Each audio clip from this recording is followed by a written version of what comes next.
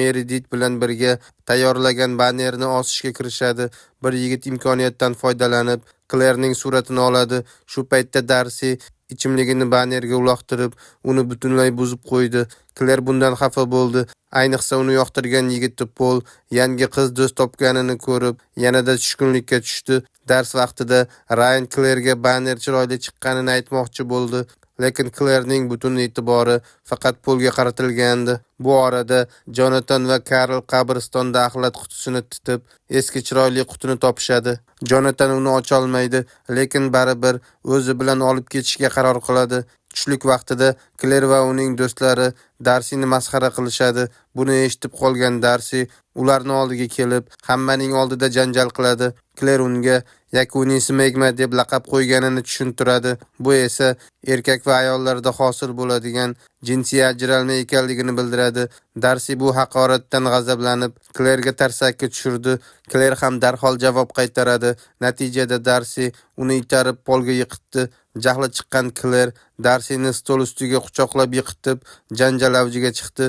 Barcha o'quvchilar olqishlab yoki janjalni videoga olib turishardi. Ikkalasi ham bir-birini tinimsiz urishadi va vaziyat yanada qizib borardi. Oxir-oqibat kattalar ularni ajratib, Klerni olib ketishdi. Darsi yana hujum qilmoqchi bo'lganida, Pol uni qo'lga olib oshxonadan olib chiqib ketadi. Kler uyga qaytgach, Jonatan unga erta tug'ilgan kun sovg'asi borligini e'lon qiladi, lekin Kler unchalik xursand bo'lmaydi.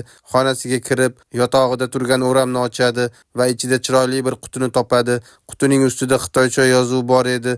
Kler uni 7 tilak deb tarjima qiladi, lekin uni ochishga muvaffaq bo'lmaydi.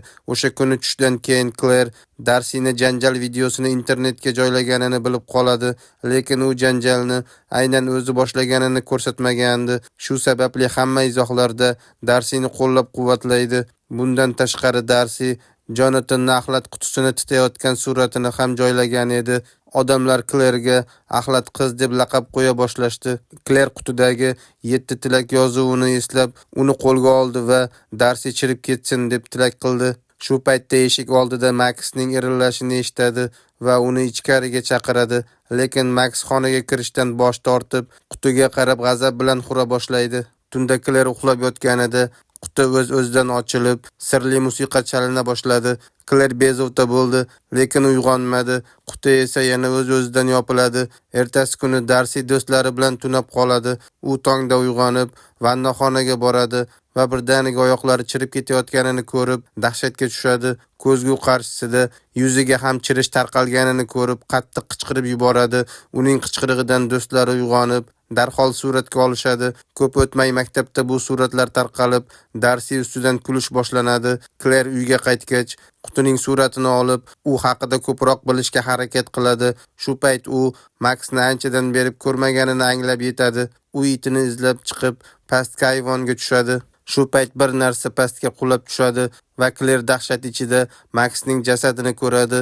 Kalamushlar uni yeb tashlayotgandi. Shundan so'ng Jonatan va Karl Maxni ko'mishadi. Kler esa qattiq yig'laydi, chunki bu it unga onasining sovg'asi edi.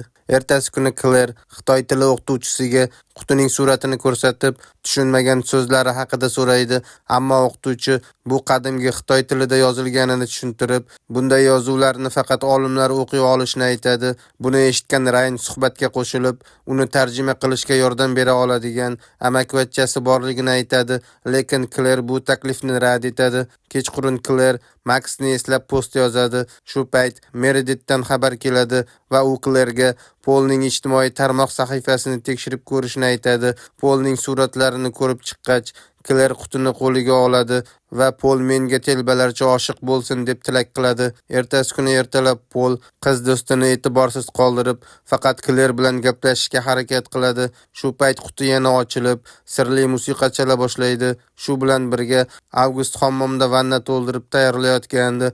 Afsuski, u tasodifan sirpanib, vannaga yiqiladi va boshi urilib halok bo'ladi. Kler uyga qaytgach, Televizorda Avgustning o'limi haqida yangiliklar ko'radi. Jonatan esa yaxshi bo'ldi deb qo'yadi. Oilasi yillar davomida uni mensimaganini aytib, Avgust ularga hech qanday meros qoldirmaganiga ishonadi. Keyin Kler xonasiga chiqmoqchi bo'lganida otasi axlatdan topgan buyumlarga qoqilib ketadi va unga uyga bunday keraksiz narsalarni olib kelmasligi haqida baqiradi. Qashshoqlikdan charchagan Kler xonasiga yugurib kiradi va qutini qo'liga olib, Avgust butun boyligini menga qoldirgan bo'lsin deb tilak qiladi. Bir muncha vaqt o'tgach, Jonatanga qo'ng'iroq keladi va unda Avgust o'z boyligini Klerga qoldirganini aytishadi. Oila darhol Avgustning hashamatli uyiga ko'chib o'tadi. Kler esa yangi telefon va shaxsiy avtomobilga ega bo'ladi. U do'stlari bilan qimmatbaho kiyimlar xarid qiladi. Tashqi ko'rinishini o'zgartirib, yangi imij yaratadi va ko'p miqdorda tamaddi mahsulotlari sotib oladi. Uning yangi qiyofasi Polning e'tiborini tortadi. Kechqurun Kler qutini yana ochilib sirli musiqa chala boshlaganini ko'rib, dahshatga tushadi. Bu orada Klerning sobiq qo'shnisi oshxonada chiqindi maydalagichdan foydalanayotgandi. U mashinadan g'alati shovqin eshitadi va uni o'chirib tekshirib ko'radi, lekin hech narsa topa olmaydi. Mashinani qayta yoqqanida esa uning o'rim-sochi maydalagichga ilashib qoladi. Qurilma uni tortib ketgani uchun ayol tugmani bosib o'chira olmaydi va oxir-oqibat bosh terisini yulib ketadi. Uning bo'yni maydalagich chetiga urilib sinadi va u halok bo'ladi. Ertasi kuni Jonatan Klerga onasi Joannaning eski rasmlarini topganini ko'rsatadi. Kler onasi kabi o'zini yo'qotishdan xavotirga tushadi, lekin Jonatan bunga yo'l qo'ymasligini va doimo unga g'amxo'rlik qilishini aytadi. Ko'p o'tmay Kler Jonatanni saksofon chalayotganini ko'radi. U bu asbobni onasi vafot etganidan beri qo'liga olmagandi. Bu esa Jonatan hayotini yangi bosqichga o'tkazishga harakat qilayotganini anglatardi. O'sha kuni Kler quti haqida tushlar ko'rishda davom etdi. Birdan uyg'onib ketdi va tashqarida harakatlanayotgan soyani sezdi. Kler tashqariga yugurib chiqdi, lekin hech kimni ko'rmadi. Ertasi kuni Pol qiz do'stidan ajralib, darhol Klerni uchrashuvga taklif qiladi, ammo Kler buni hali o'ylab ko'rishni aytadi. Keyinchalik u qutidagi belgilarni ma'nosini internetdan izlaydi, lekin hech qanday ma'lumot topa olmaydi. Shuning uchun u Rayndan yordam so'rashga majbur bo'ladi. Raynning amakivachchasi bilan uchrashgani ketayotganlarida Rayn va Kler birinchi sinfdagi xotiralari va multiversiya ko'p olam haqidagi ishonchlari haqida suhbatlashib, bir-birlariga yaqinlashadi. Oxir-oqibat ular Jina ismli qiz bilan uchrashadi. Jina qutining ko'rinishidan uni xitoyliklarning tilak qutisi versiyasiga o'xshashligini taxmin qiladi. Bu odatda qog'ozga tilak yozib qutiga solish va tilakni amalga oshishini kutish orqali ishlaydi. Jina yozuvni tarjima qiladi va quti 7 ta tilakni bajara olishini hamda muayyan qoidalari borligini tushunib yetadi. Tilak qiluvchi kishi qutiga tegishi shart. Qutidan voz kechish esa barcha tilaklarni bekor qiladi. Qutining ustida Lume nomi yozilgan bo'lib, ular internetdan bu nom bilan bog'liq qadimiy afsonani topishadi. 1910-yilda Xitoyda bubon vabosi tarqalganida Lume oilasi kasallik yuqtirganlardan gumon qilinib, temir yo'l vagoniga karantinga olinadi. Barcha oilasi issiqlik zarbasi va suvsizlikdan vafot etadi. Faqat Lume tirik qoladi. O'z oilasi uchun qasos olishni istab, u oilasining eng qimmatbaho buyumi, musiqa qutisini olib, uni ibodatxonaga olib boradi. Lume 7 kun va 7 kecha harakat qiladi. Nihoyat bir mavjudot uning harakatlariga javob beradi. Shundan so'ng Lume juda boy bo'lib ketadi va barcha dushmanlari mag'lub bo'ladi. 12 yil o'tib, u o'z joniga qasd qilib vafot etadi. Qutining yuzasida ba'zi yozuvlar bor edi. Bir qismida musiqa tugaganidan keyin nimadir sodir bo'ladi deb yozilgandi, ammo Jina qolgan qismini tarjima qila olmadi. U qutini suratga olib, ularni tarjima qilish uchun olim tanishiga yuborishga qaror qiladi. Uyga qaytayotib, Kler Jonatanni hanuz axlatdan foydali narsalar izlayotganini ko'rib, unga baqiradi va uni tinglashni ham istamaydi. Uyga kirgach qutini olib, dadam bunchalik sharmanda bo'lmasa edi deb tilak qiladi. O'sha tunda Jonatan butunlay o'zgargan holda paydo bo'ladi.